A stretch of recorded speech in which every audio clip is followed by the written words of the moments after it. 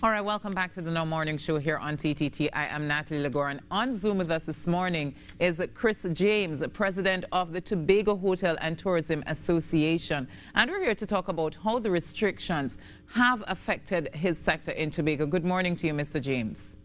Good morning, and good morning to everybody listening and viewing. Thank you so much for joining us. So the latest restrictions, just bring us up to speed as to what's happening in Tobago. Well, it's a further hit to the industry, of course. We've been in lockdown now for almost 14 months, almost continuously. It's terrible for the staff, which have been laid off basically for that 14 months. We haven't got back up to full employment. We estimate about 6,000 staff are affected.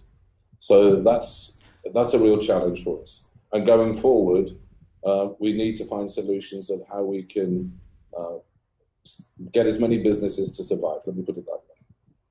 Right. So I'm having some difficulties hearing you, but let's hope engineering will sort that out as this continues.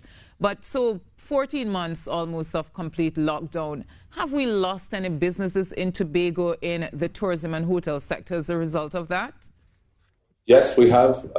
Dive sector, we had 12 dive operators in 2019. We're down to 3 now. And according to the restaurant sector, we've lost about 65% of the restaurants. Wow. Accommodation is holding on to some extent. We have lost some. Some have gone into long-term rental.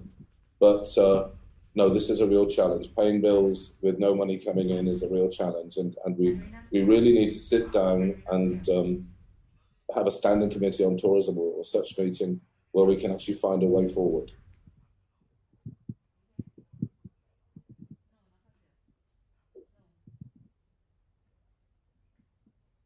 Okay, Mr. James, right. So obviously, definitely have had some impact. What is the impact of the sea bridge and the restrictions? Has that been the catalyst of these losses?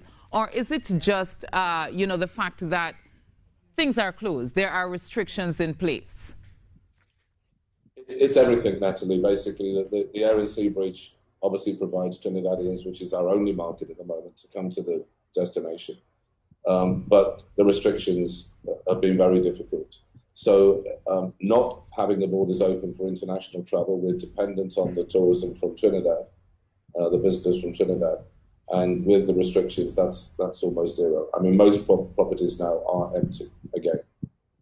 Right, and I know that, before things had opened back up, I mean, I think people were getting the opportunity to try to catch themselves getting some businesses, especially over the Easter weekend. What does these latest restrictions that were imposed 2 days ago, what will this mean for the sector? Can we expect more losses, more restaurants to close, even the hotel sector?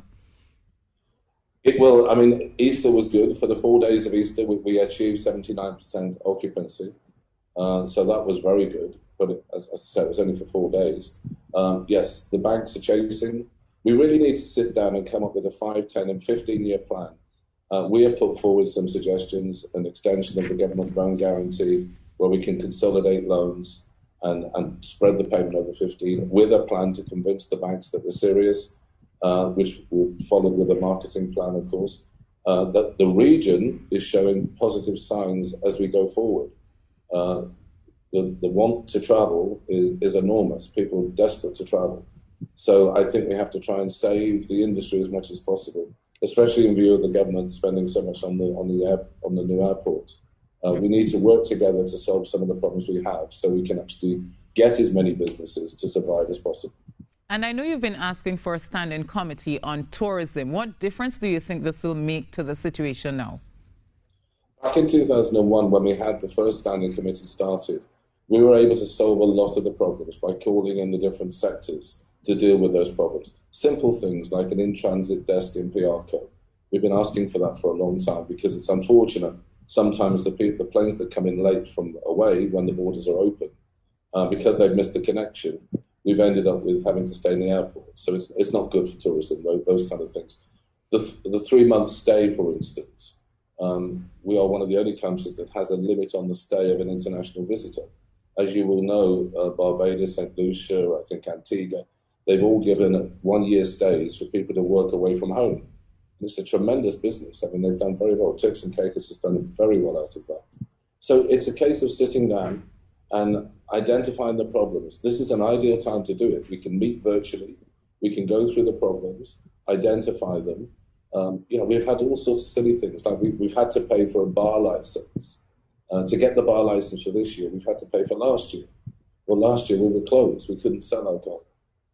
So even though it's very small money, there's irritants that have basically reduced even more capital. We've asked for things like an amnesty on tax.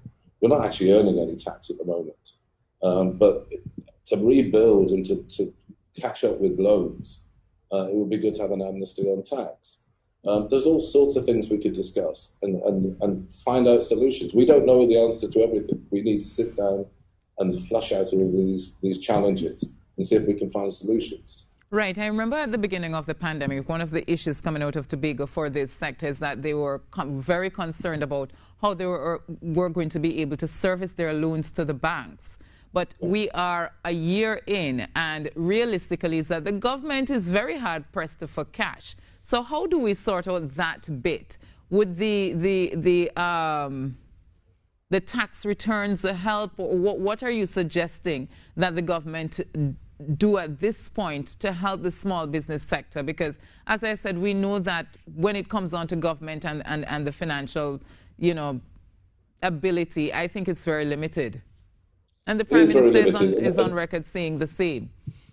Yeah, we believe, and we need to have the discussion, that the government loan guarantee program is the way out of that, because we know that people want to travel. Projections are through the Caribbean Hotel and Tourism Association that next year will be greater than 2019. So we need to show that we are serious about tourism, that we will guarantee, as I say, consolidate the loans, the government guarantee, so that if we're serious and we put a proper marketing plan, we can overcome any hurdles. The guarantee will not be called upon. So, but I need to be told that's not possible or whatever during a meeting, because to me, that is only one of the solutions that we can put forward.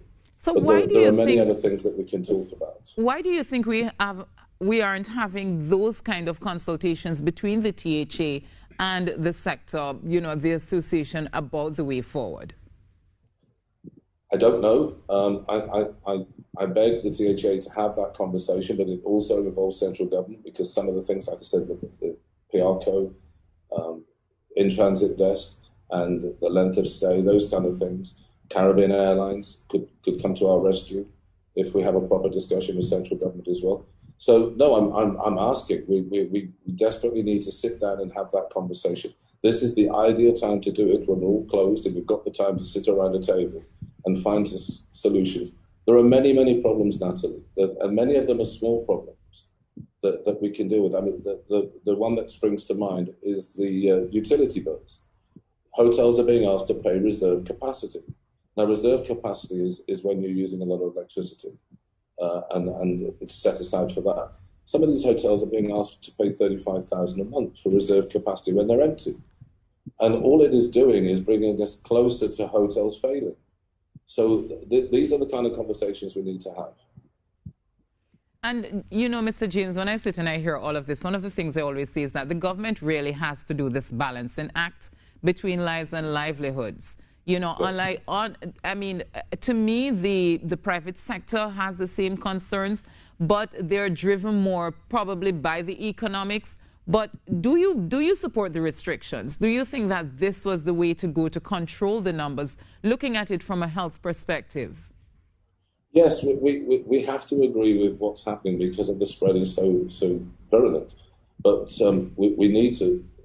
I know the government are working hard to get vaccines. We need to step up the vaccine. It was interesting yesterday in a meeting with the Caribbean Hotel and Tourism Association.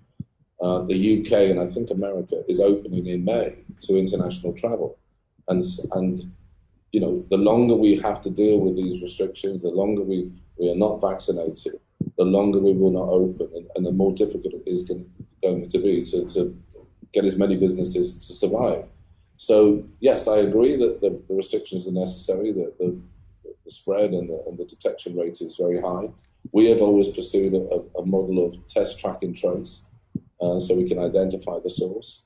It's a regional approach. We have done all the training with the Hotel Association, CARFA, for the COVID restrictions. The hotels are prepared. So we are prepared to open as soon as the borders can open and as soon as we can stem this spread of the virus. But as I say, first thing we need to do is sit down, discuss the challenges we have, see what we can save, let's see what businesses we can save, and let's move forward there. Yeah, I agree with you that, things can be put in place so that we can open, but the reality is that we have tried it, we have done it, and it was just a matter of time before the numbers, went back up. Now, while we sit and we speak of illegal immigrants and blame them, the reality is that the numbers are suggesting that that's not the only avenue through which we're getting positive cases.